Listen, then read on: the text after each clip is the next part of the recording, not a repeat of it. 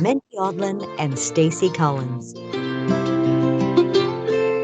We're already back. These breaks go so fast. We're having such a great time talking with you today about your big three. What are the three things that matter most, and how do we focus in and create a manageable organization, one that doesn't overwhelm the staff, and one that is still, even as it's, as we're doing less, it actually positions us to be able to scale it so that we can grow it bigger.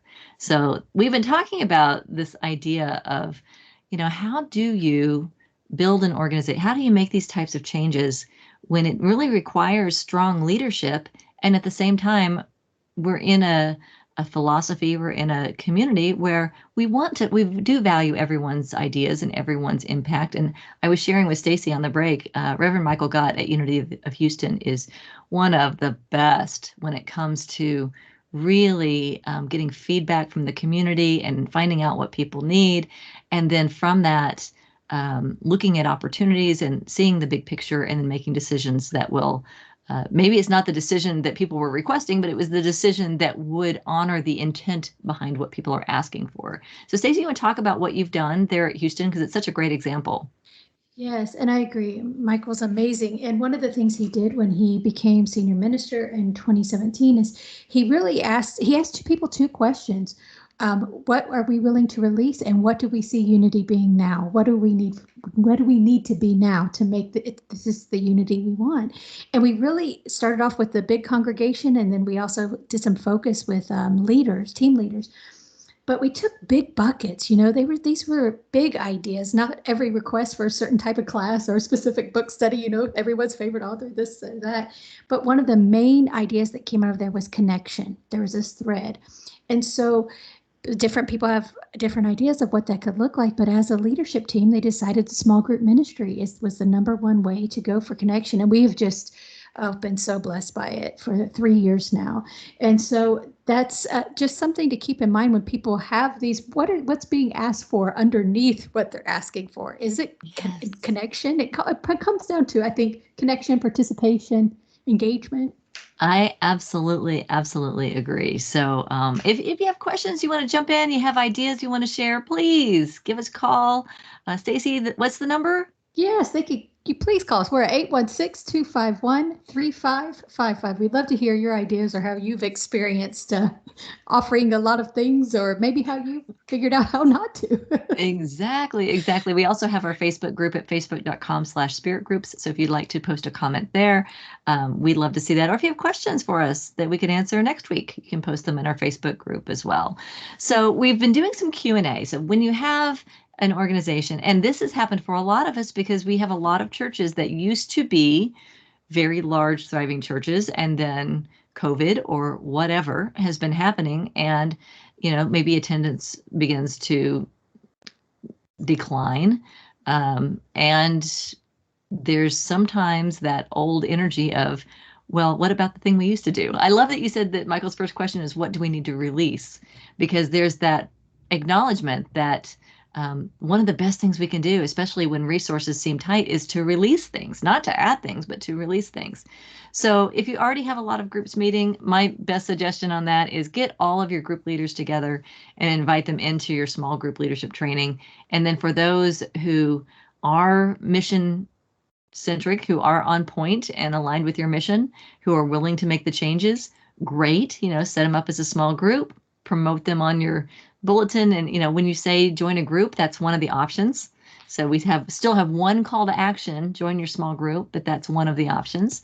And if they don't, then, nothing says you have to kick them out of your facility, but you don't need to be promoting them. It's not part of your mission to be promoting other people's practices, workshops, whatever it is, even if it's kind of ancillary, it's kind of compatible, it's kind of things that our people would like, but it's not your mission. So that's my first tip on that. And the second frequently asked question I get is usually kind of related, which is about classes.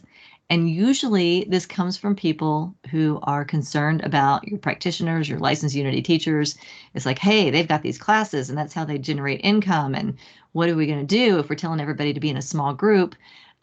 what happens to all the teachers of classes? So I have some opinions about that. Do you want us to jump in first on your opinions, and then I'll share mine? Yes. Well, I don't know if it's opinion. What we have done, and I'm interested to see your feedback on this, is that we have offered tuition spirit groups in the past when it's an LUT who has developed a class and it's for credit. And it's known before you sign up for this particular group that it's a credited class. So that's how we've done it. And we've done it a couple of different times with success from our and enjoyment from our LUTs and the people in the group. Yeah, that's what I would recommend, is if you have a licensed teacher who wants to teach something, teach it in a spirit group, teach it in a small group, so that the structure matches with everything else.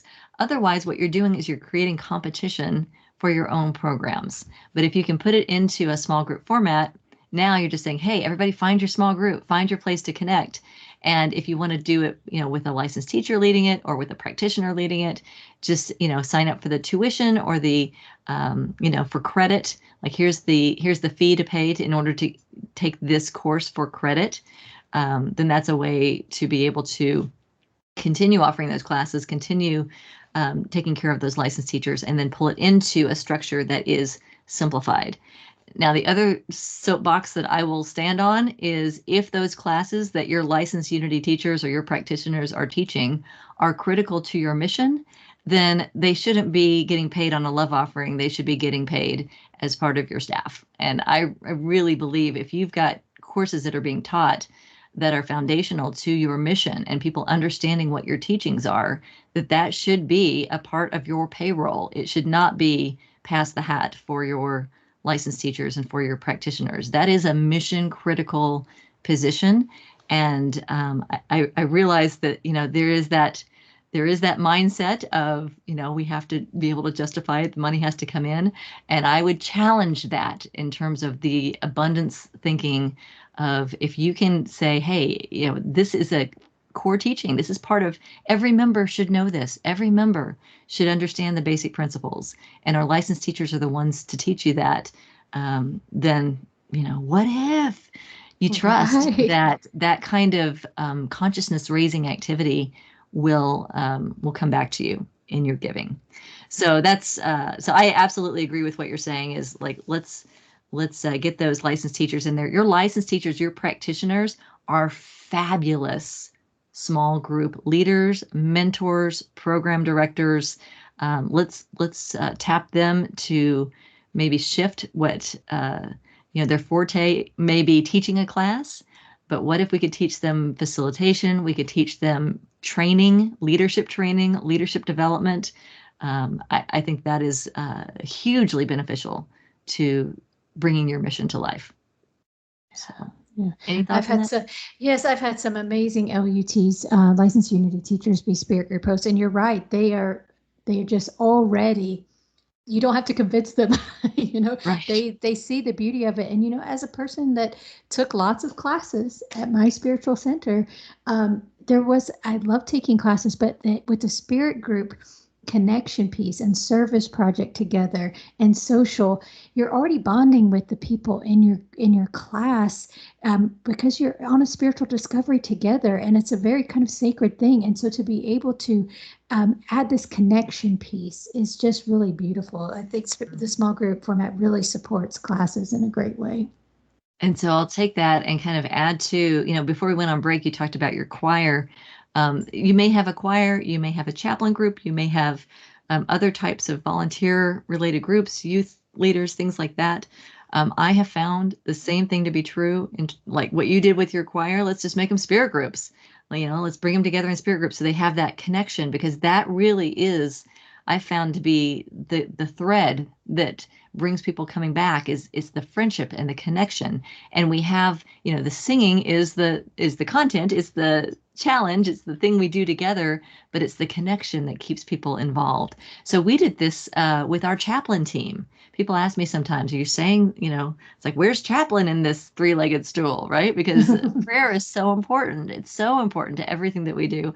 And so what we did in our ministry was our chaplain team became a spirit group, and our chaplain training program became a 6-week, 6-part small group series so that people could come in and get trained in chaplaincy, and our chaplains stayed connected through spirit groups.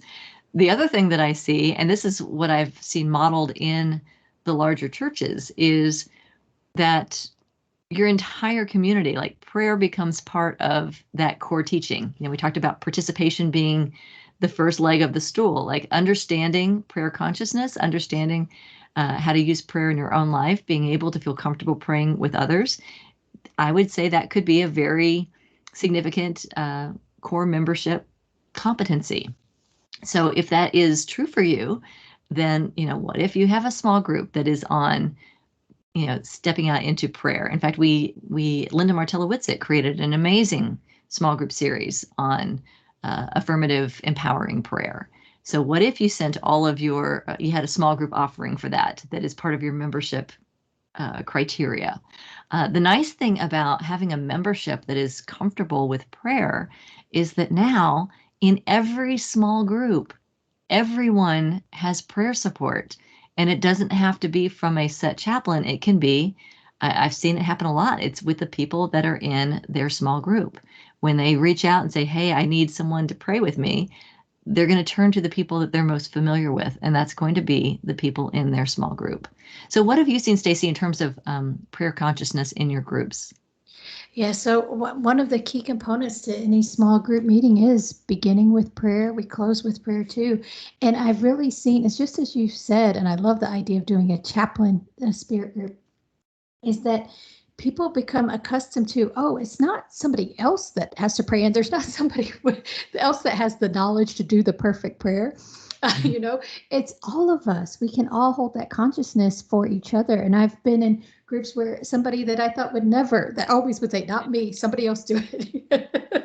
and they pray, and it's been amazingly powerful. It's just, it's getting to know that we can do that for one another. That that doesn't belong to only just certain people.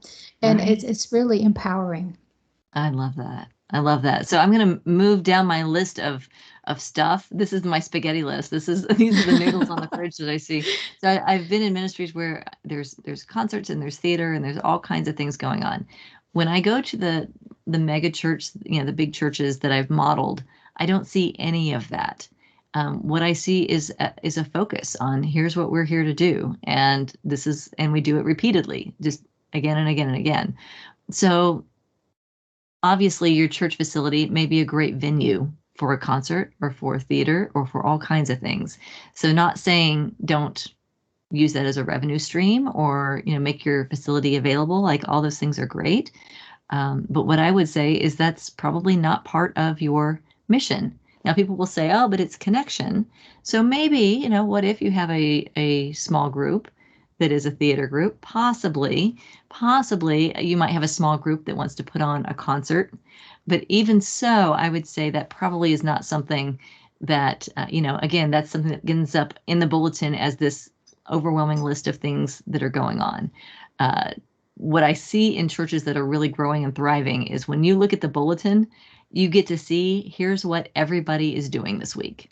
And I will tell you this week that we are broadcasting right here and now, this week, everyone is signing up for groups. That's what's happening right now. There are no concerts, there is no theater, there is no yard sale, there is no anything else, but everybody right now, this is our time to sign up for our groups. It's what everybody's doing. Don't miss out on it. This is what everybody's doing. And not only is it simpler to operate and to support, it actually, your newcomers, and probably I would say most of your members, will actually thank you for it because then they don't feel like, if I sign up for a group, what am I going to miss? Am I going to miss this? Am I going to miss that? What will I miss if I'm in a 6-part commitment? What do you want them to do? And how do you eliminate the competition for doing the thing that you want them to do? Right. So, yes. Okay. So I will say that about some extra events. Now, here's an exception because I see speaker series every now and then.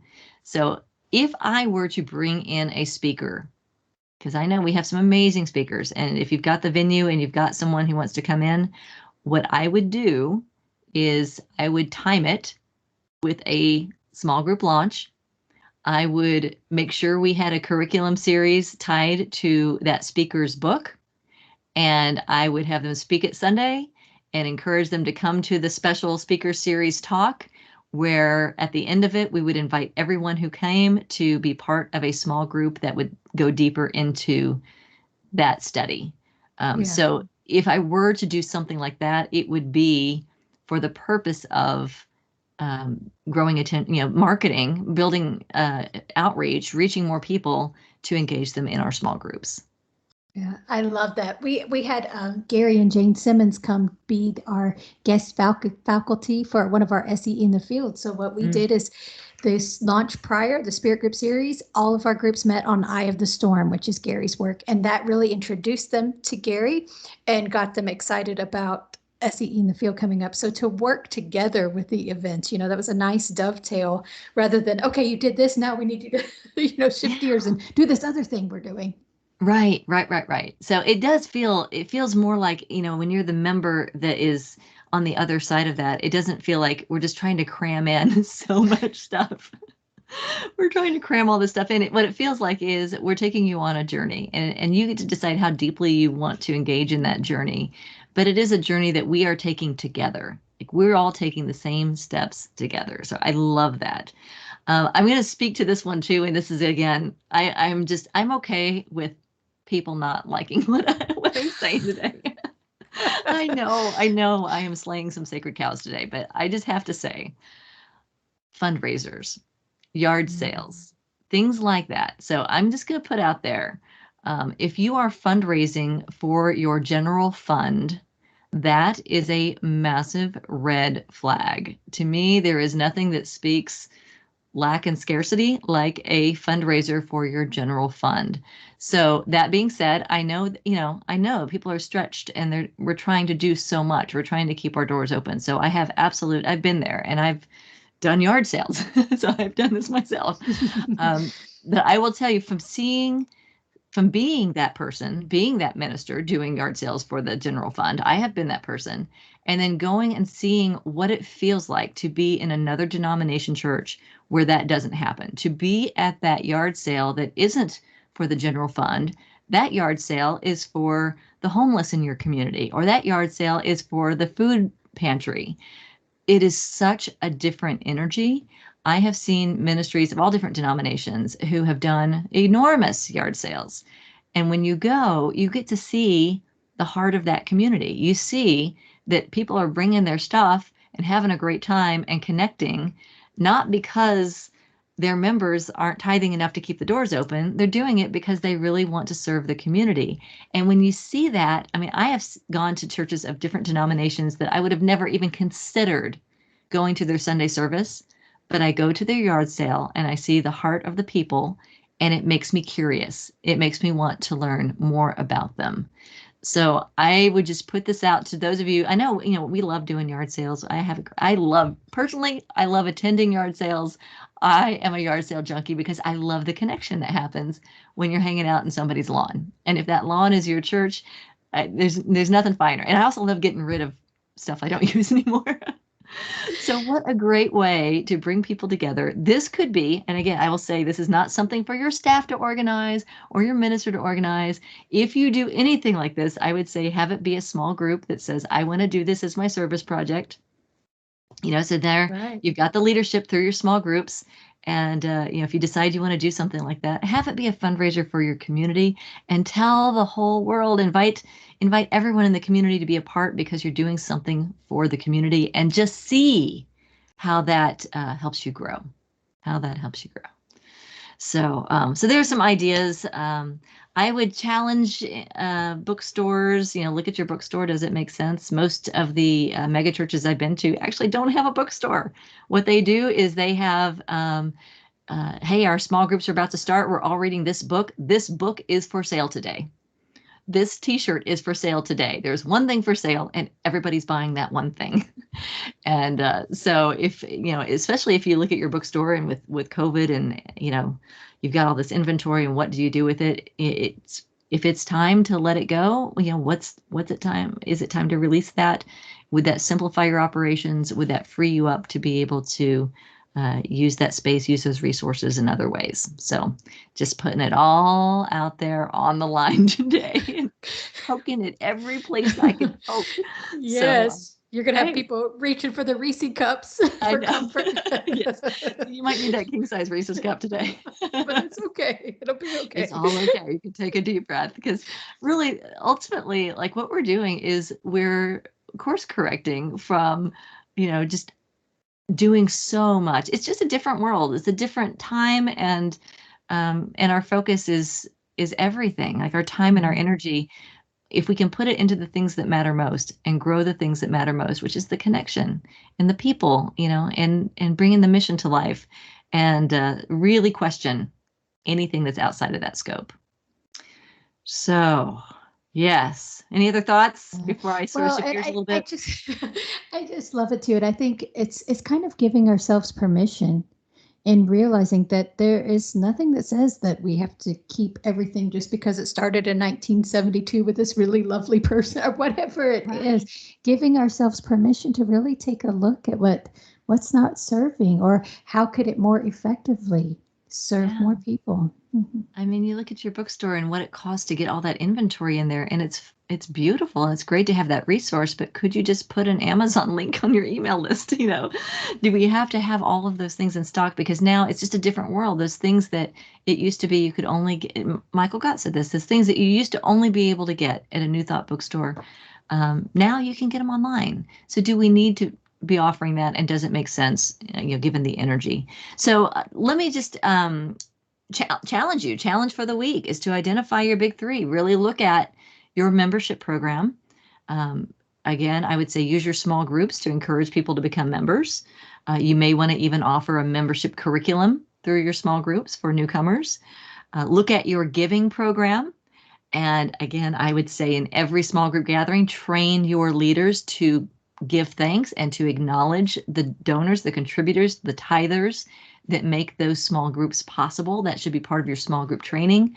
If you choose to offer a small group course on prosperity, that would be a great 6-week challenge for people to step into tithing and see how it feels and what it's like. So your small groups are great for that as well. For volunteerism, again, your small groups, train your leaders to look for volunteer opportunities that the group can engage in together so they can deepen their connection through service. You may even want to offer a small group on finding your spiritual gifts. What are your strengths? What is your purpose? And how can you use that purpose in relationship to the mission of the organization? So small groups are great for building out your volunteer program as well. So any thoughts on that, on how you've used small groups for any of those pieces?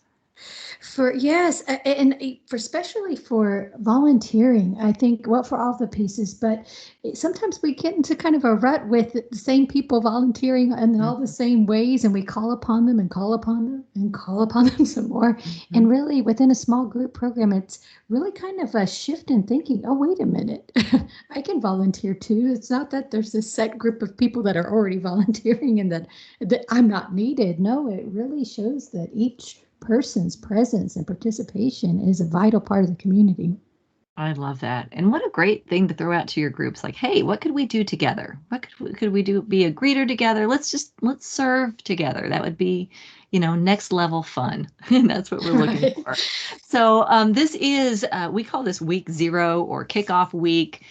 This is a very big week for small groups. We're here in the fall, it's mid-September, and this is the week where if you launch your groups today with a week 0 week, we tend to, in our cycle, we tend to complete them just before Thanksgiving, which is a great timeline. So Stacey, what are you doing right now with your groups? We are in the midst of host training and signing up for groups, and I'm just so excited. And there is something so beautiful about, we have a wonderful Sunday series called Living on Purpose. That's the name of our curriculum too, and that everybody's doing the same thing. Everybody's doing the same thing, and we're in this together, and it just creates such a feeling of cohesion and beauty. So yes, training, getting these last hosts trained and ready for their groups to start meeting. How many groups do you have right now? We have 35 spirit groups. That's so awesome. Yes, for people awesome. All over the country able to join us because we're all on Zoom. I love it. So this is a good point for me to kind of throw in another concept that is part of our small group leadership training, which is the idea of preview events.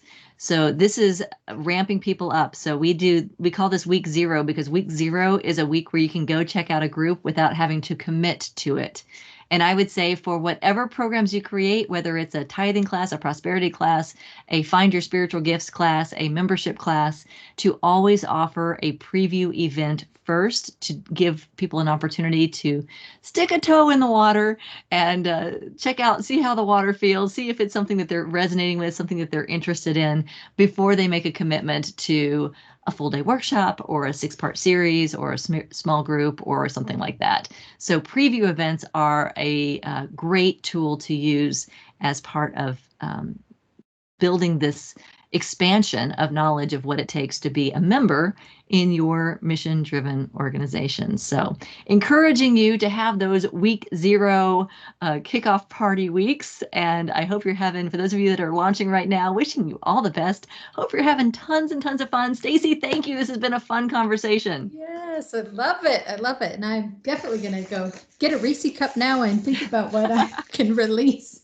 Yes, peanut butter and chocolate. We go good together. And so I hope you'll join us next week. We're going to talk about it's mission accomplished. So recognizing and celebrating the milestones along the way. We'll see you next time right here on The Leading Edge. Bye, everybody.